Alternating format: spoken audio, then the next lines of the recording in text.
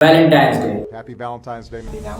Happy Valentine's Day. एक ऐसा festival जो पूरी दुनिया में मनाया जाता है और इसकी वजह से बिलियंस ऑफ डॉलर्स का बिजनेस होता है और कई सारे लोगों की जानें भी जाती हैं अपनी नेचुरल डेथ की वजह से नहीं, बल्कि स्ट्रेस और डिप्रेशन की वजह से खुदकुशी करके। लेकिन यहाँ पे सवाल ये पैदा होता है कि वैलेंटाइंस डे आखिर आया कहाँ से और कैसे इंडस्ट्री ओनर्स ने इसको मैनिपुलेट करके बिजनेस मॉडल में तब्दील कर दिया लोगों को लूटने के लिए और पैसा कमाने के लिए। आइए समझने की कोशिश करते हैं आज की इस वीडियो में। Big social media companies, but first here they handed out nearly 2,000 roses. It was all in memory of their son, 14-year-old Dexton Obrey, who died by suicide after his parents say he was targeted by algorithms. आज से तकरीबन 2000 साल पहले पूरी दुनिया पर एक ही empire की हुकूमत थी, द ग्रेट रोमन एम्पायर। और इसी एम्पायर में अल्लाह ताला ने अपने एक उलुल अज़म पैगम्बर को भेजा, हज़रत ईसा अलैहिस्सलाम। और ईसा अलैहिस्सलाम को अल्लाह ने बहुत ही ज़्यादा एक्स्ट्रा ऑर्डिनरी मौजज़ात दिए हुए थे, जिसकी वजह से लोग उनको पसंद करने लगे और उनकी पॉपुलैरिटी बहुत ज़्यादा बढ़ने लगी। ये देखकर रोमन एम्पायर को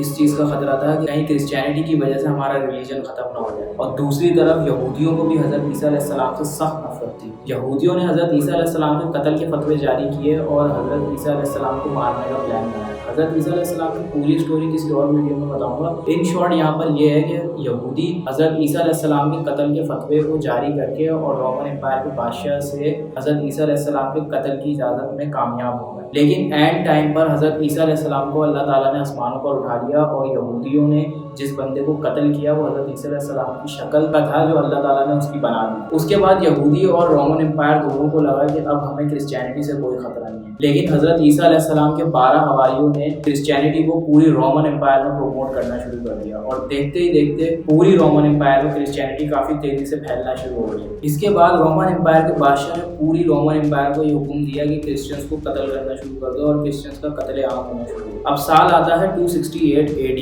और रोमन एम्पायर का एक नया बादशाह तख्त पे आता है, क्लॉडियस। ये आकर ये देखता है कि रोमन एम्पायर की फौज उस जज्बे से नहीं लड़ रही है जिस तरह वो चाहता है और उसके पूछने पर उसे ये बताया जाता है कि हमारी आर्मी में, द ग्रेट रोमन आर्मी में ज़्यादातर यंग सोल्जर है और जब इन यंग सोल्जर्स की शादी होती है तो इनका लड़ने का जज्बा बिल्कुल ख़त्म हो जाता है। इसके बाद क्लॉडियस ने एक बड़ा ही अजीब सा हुक्म दिया कि अब कोई भी यंग लड़का शादी नहीं करेगा, क्योंकि इस बैन की वजह से रोमन एम्पायर की फौज तो सही हो गई, लेकिन रोमन एम्पायर में बेहयाई और रेप के केसेस बहुत तेज़ी से बढ़ना शुरू हो गए। और जब बेहयाई अपनी पीक पर थी तो ये वही टाइम था जब एक आम से प्रीस्ट सेंट वैलेंटाइन ने यंग लोगों की शादियां करवाना शुरू कर दी, जिसके बाद रोमन एम्पायर में दूर दूर से लोग सेंट वैलेंटाइन के पास शादियों के लिए आना शुरू हो गए। सेंट वैलेंटाइन ने अकेले बेहयाई के खिलाफ एक बहुत बड़ी कैंपेन शुरू कर दी, जिसके बाद सेंट वैलेंटाइन की पॉपुलैरिटी बढ़ना शुरू हो गई और देखते ही देखते ये बात बादशाह तक पहुंच गई और ये उस वक्त बादशाह के खिलाफ बहुत बड़ी बगावत थी। तो बादशाह ने हुक्म दिया कि वैलेंटाइन जो भी है इसको ढूंढो और इसका सर काट दो।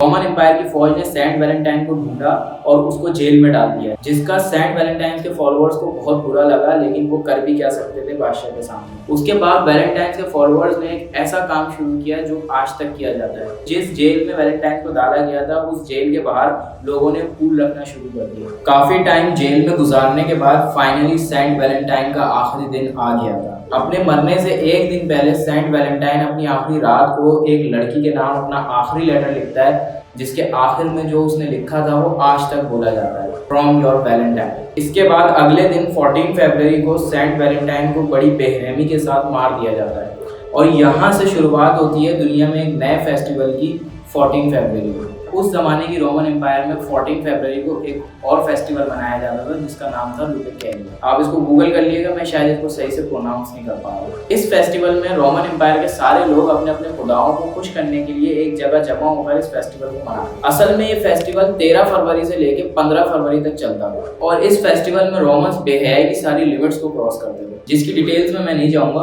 अब यहाँ पर एक बहुत बड़ी कंफ्यूजन थी। एक तरफ क्रिश्चियंस वैलेंटाइंस डे मना रहे थे जिसमें बेहयाई को छोड़कर शादियों को प्रमोट किया जाता था और दूसरी तरफ रोमन्स एक ऐसा फेस्टिवल मना रहे थे जिसमें बेहयाई की सारी लिमिट्स को क्रॉस किया जाता था। लेकिन आहिस्ता आहिस्ता रोमन एम्पायर का पूरा रिलीजन जो है वो खत्म हो गया, जिसके बाद पूरी रोमन एम्पायर में सिर्फ एक ही रिलीजन बाकी रहा, क्रिश्चियनिटी। और इस बेहयाई वाले फेस्टिवल को पूरी तरीके से खत्म कर दिया गया और पूरी रोमन एम्पायर में लोग शादियों को प्रमोट करने वाला एक ही फेस्टिवल मनाने लगे, वैलेंटाइंस डे। लेकिन आने वाले 1000 साल तक वैलेंटाइंस डे एक बहुत ही छोटा सा फेस्टिवल था जो यूरोप के चंद लोगों तक महदूद था।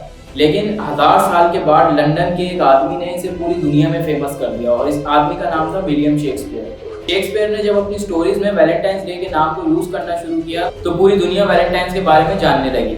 इसके बाद हिस्ट्री के बड़े बड़े लोगों ने वैलेंटाइंस डे को सेलिब्रेट करना शुरू कर दिया, जैसे कि नेपोलियन, क्वीन विक्टोरिया और विंस्टन चर्चिल। लेकिन फिर भी वैलेंटाइन को अपना असल फेम शेक्सपियर की नॉवेल से नहीं बल्कि दुनिया की सबसे बड़ी जंग वर्ल्ड वॉर से मिला। जब वर्ल्ड वॉर के दौरान लाखों करोड़ों लोग अपनी फैमिलीज को छोड़कर, कोई अपनी मदर को, कोई अपनी वाइफ को, कोई अपने बच्चों को छोड़कर जंग पर जा रहे थे, तो उस वक्त अमेरिका का एक छोटा सा बिजनेसमैन जॉयस हॉल बड़ी गौर से इन इमोशंस को देख रहा था, जिसकी एक छोटी सी प्रिंटिंग की शॉप थी हॉलमार्क। इसके बाद ही हॉलमार्क ने वैलेंटाइन डे के कॉन्सेप्ट को दोबारा जिंदा करना शुरू किया और वैलेंटाइंस के लाखों कार्ड प्रिंट करवाकर अमेरिका के हर घर तक पहुंचाए। अब लोग सिर्फ अपनी फैमिलीज को ये कार्ड नहीं भेजते थे बल्कि दुश्मन को भी यही कार्ड भेजा करते थे, जो ऊपर से तो वैलेंटाइंस के कार्ड थे लेकिन अंदर उसमें गालियां लिखी हुई होती। और देखते ही देखते हॉलमार्क एक छोटी सी प्रिंटिंग की शॉप से एक बहुत बड़ी कंपनी बन गई।